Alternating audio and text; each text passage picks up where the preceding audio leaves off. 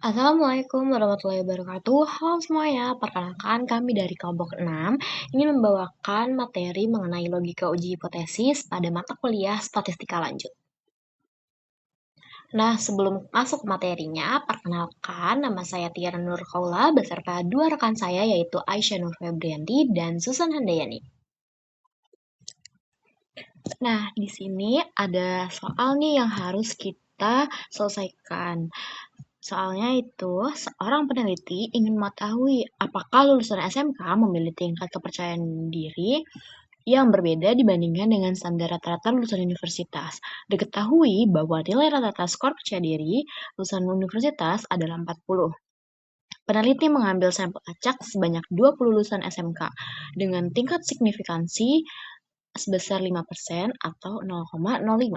Apakah dapat disimpulkan bahwa rata-rata skor percaya diri lulusan SMK berbeda secara signifikan dengan lulusan universitas?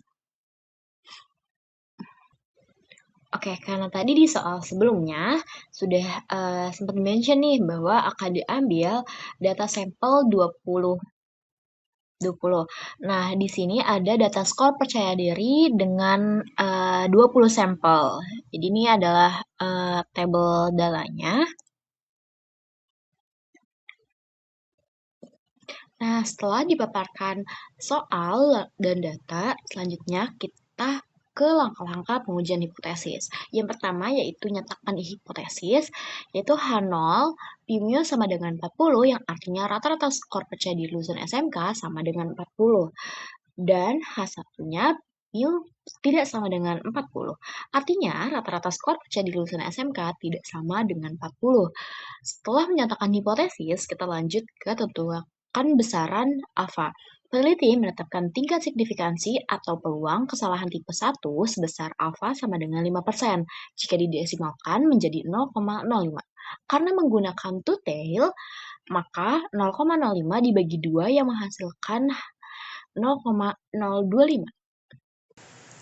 Nah, setelah nyatakan hipotesis dan menentukan besaran alfa, kita lanjutin teman-teman ke statistik uji.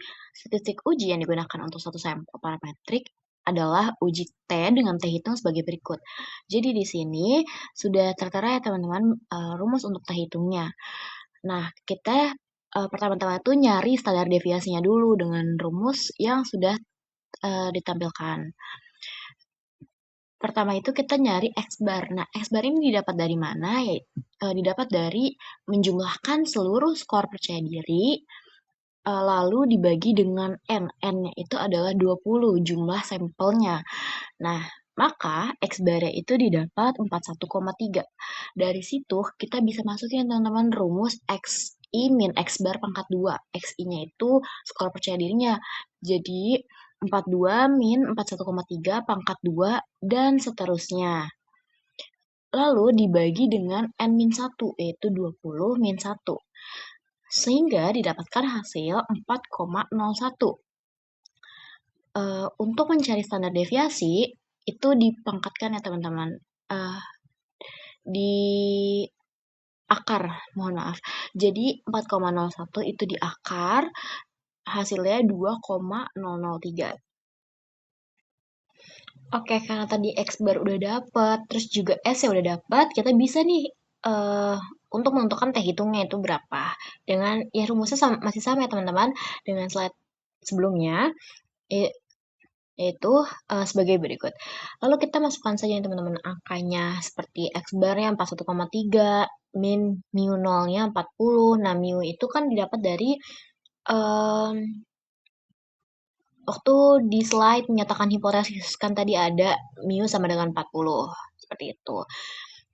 Lalu S-nya tadi kita dapat juga 2,003 dan N-nya itu 20. Setelah dihitung hasilnya menjadi 2,902. Baik, saya Sutan Handayani. Pada saat ini ditampilkan aturan penolakan handal manual.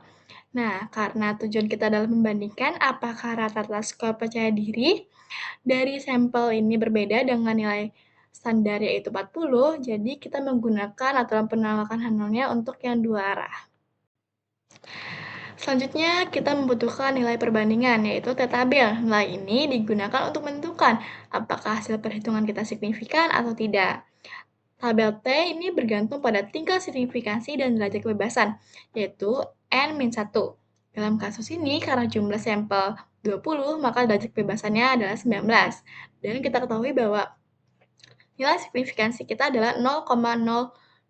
Maka jika ditarik garis menghasilkan 2,09302. Selanjutnya ada keputusan dan kesimpulan. Berdasarkan perhitungan manual, diperoleh nilai T hitung sebesar 2,902, sedangkan T tabel sebesar 2,093. Karena T hitung lebih besar daripada T tabel, maka H0 ditolak dan H1 diterima. Artinya, dapat disimpulkan bahwa rata-rata skor percaya diri lulusan SMK berbeda secara signifikan dari nilai 40. Ini menunjukkan adanya perbedaan yang nyata secara statistik. Oke, selanjutnya langkah analisis dengan SPSS.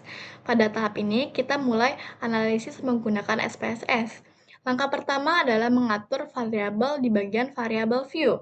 Kita membuat variabel dengan nama skor, dengan tipe numerik, desimal 0, dan skala pengukuran berupa scale. Pengaturan ini penting agar dapat diproses dengan benar di SPSS. Setelah variabel dibuat, langkah berikutnya adalah memasukkan data ke dalam data view. Data skor percaya diri dimasukkan satu persatu ke dalam kolom skor, sesuai dengan data yang sudah kita miliki. Tahap ini harus dilakukan dengan teliti agar tidak terjadi kesalahan input yang dapat mempengaruhi hasil analisis.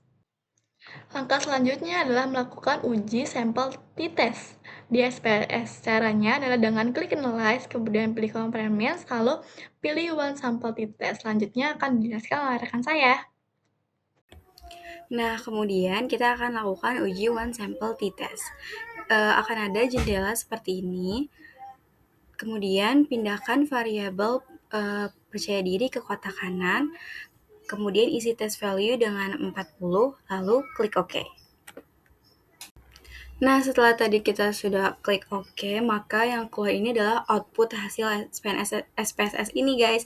Akan ada tampilan seperti ini, maka SPSS berhasil.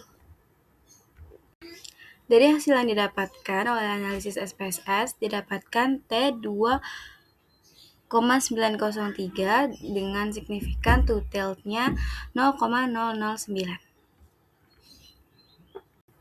Nah, seperti yang sudah dijelaskan oleh Susan sebelumnya, kami menggunakan aturan penolakan H0 itu yang bagian dua arah yang ini, guys. Keputusannya, maka signifikan two-tailed-nya kan karena 0,009, sedangkan signifikansinya itu 0,025. Karena 0,025 kurang dari 0,025, maka H0 ditolak dan H1 diterima. Kesimpulannya, karena keputusan yang diambil adalah tolak H0 dan terima H1, maka berdasarkan hasil pengujian hipotesis, rata-rata skor percaya diri mahasiswa lulusan SMK secara signifikan berbeda dari 40. Nah, setelah pemaparan dari soal hingga jawaban dan kesimpulan, gimana nih materi hari ini mengenai logika uji hipotesis? Apakah dari teman-teman ada pertanyaan? Kalau ada, boleh tinggalkan di kolom komentar ya, supaya kita bisa melihat dan menjawabnya. Semoga apa yang kita sampaikan itu bisa bermanfaat untuk kalian semua. Kurang lebihnya mohon maaf. Wassalamualaikum warahmatullahi wabarakatuh. See you di materi selanjutnya.